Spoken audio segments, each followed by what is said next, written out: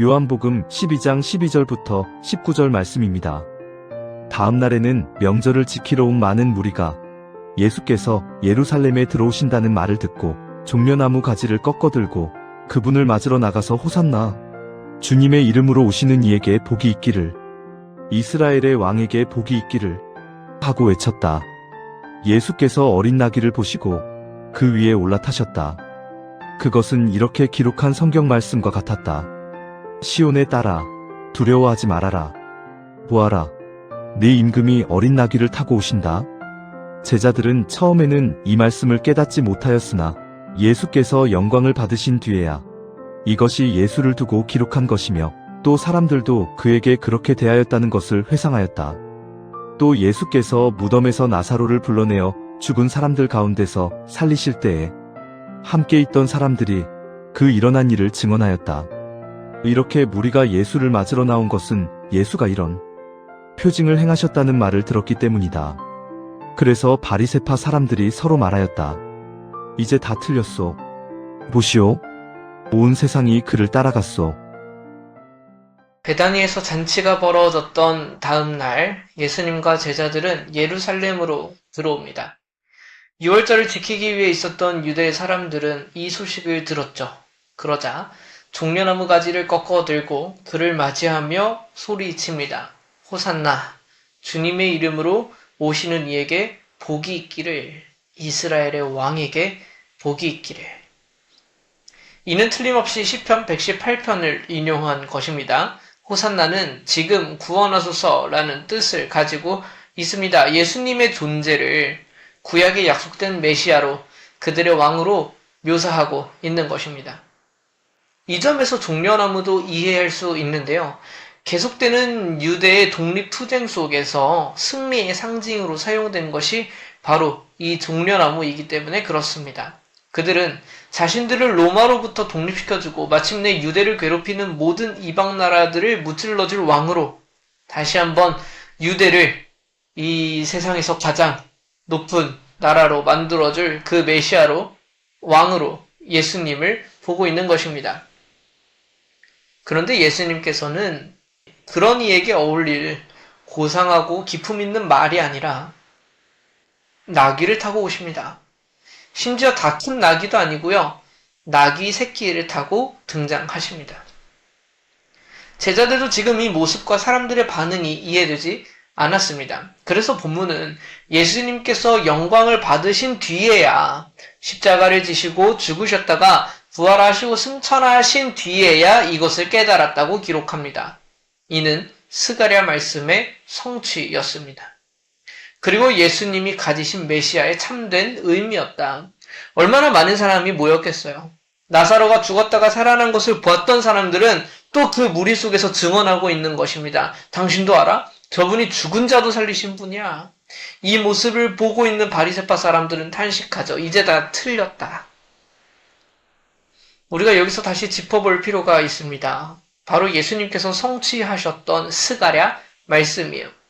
스가랴 9장 9절에 등장합니다. 도성 시온아 크게 기뻐하여라. 도성 예루살렘아 환성을 울려라. 내 왕이 내게로 오신다. 그는 공의로우신 왕, 구원을 베푸시는 왕이시다. 그는 온순하셔서 나귀, 곧 나귀 새끼인 어린 나귀를 타고 오신다. 본문은 어린 나귀를 타고 오시는 왕을 예언한 것으로 잘 알려진 말씀이에요. 그런데 이 왕이 어떤 왕인지가 중요합니다. 그는 공의로우시고 구원을 베푸시고 무엇보다 그는 온순하십니다. 어떤가요? 우리가 흔히 떠올리는 정복군주의 이미지가 아니라는 말입니다. 그는 좀 약해 보입니다. 이 스가랴 말씀이 성취되었다는 것은 우리가 요한복음의 이 장면을 스가랴의 맥락에서 볼 필요가 있음을 알려줍니다. 조금 더 스가랴의 왕이 어떤 존재인지를 봐야 합니다. 이어서 10절을 보면 내가 에브라임에서 병거를 없애고 예루살렘에서 군마를 없애며 전쟁할 때에 쓰는 활도 꺾으려 한다. 그 왕은 이방 민족들에게 평화를 선포할 것이며 그의 다스림이 이 바다에서 저 바다까지 유프라테스 강에서 땅 끝까지 이를 것이다. 이 왕은 에브라임과 예루살렘, 북이스라엘과 남유다를 포괄한 개념이죠. 모든 유대에서 병거와 군마를 없애고 활도 꺾으신다고 말씀하십니다. 근데 좀 받아들이기 힘든 것이 이방 민족에게는 평화를 선포하시겠다는 거야. 그렇게 모든 땅을 다스리신다고 말씀하십니다. 만약 이 말씀을 예수님께서 그들에게 직접 하셨다면 어떤 반응이 나왔을까? 그들의 기대와는 다르게 예수님께서는 구원을 전하러 오셨습니다. 로마를 무찌르러 오시지 않으시고 그 이방인들도 얻으러 오셨습니다. 그래서 복음이 이방인을 통해서 온 열방에 퍼진 것이죠. 예수님께서 우리의 왕이 되신다는 것은 우리를 위해 싸워주시고 우리의 꿈을 이뤄주심을 의미하지 않을 수 있습니다. 하나님의 뜻, 하나님의 통치를 그분이 이곳에 실현하신만을 의미하죠. 우리 마음대로 움직이는 꼭두각시 왕이 아니십니다. 우리도 이들과 같이 제멋대로 말씀을 바라볼 때가 얼마나 많습니까? 내가 원하는 예수님을 그릴 때가 얼마나 많습니까? 내 생각과 소원이면서도 함부로 하나님의 감동과 뜻으로 포장할 때가 얼마나 많은가요? 하나님의 뜻은 우리의 뜻보다 높고 위대하십니다. 하나님은 우리의 욕심과 꿈을 이루려고 오신 것이 아닙니다. 그분의 뜻만이 이루어져야 합니다. 그분은 평화의 왕이시고요. 구원의 주가 되십니다. 그분은 더 많은 이들이 구원받기를 원하십니다. 그것이 우리가 증오하는 사람이어도 마찬가지입니다. 그것이 주님의 은혜와 자비의 무한하심이죠. 우리는 주님을 그리고 주님의 말씀을 우리의 생각에 맞출 수 없고 그래서도 안 됩니다. 잠시 함께 기도합시다. 하나님 아버지, 모든 사람들이 주님의 예루살렘 입성을 보며 환호합니다. 그러나 그들이 환호하는 이유와 예수님께서 그곳을 들어오신 이유가 다르다는 사실을 보았습니다. 그래서 주님을 향한 환호가 앞으로 주님을 향한 괴성으로 바뀌게 될 것입니다. 우리도 똑같은 주님을 바라보며 다른 뜻을 품고 있는 것은 아닌지 돌아보기를 원합니다. 우리가 주님을 대하며 그분을 왕이라고 고백은 하지만 내가 원하는 왕으로 만들고 싶은 것은 아닌지 돌아봅니다.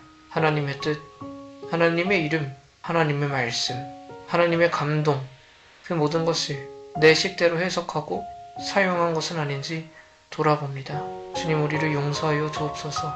우리가 다시금 하나님의 말씀 그대로 바라볼 수 있게 하여 주옵시고 우리의 기대와 소망을 하나님께 투영시키는 것이 아니라 하나님의 기대와 소망에 우리를 맞출 수 있게 하시고 그 안에 우리가 거하게 하여 주시옵소서. 온전히 온 열방 가운데 하나님의 이름만이 높임 받으시고 하나님의 뜻만이 실현되기를 간절히 소원하며 예수 그리스도의 이름으로 기도드립니다.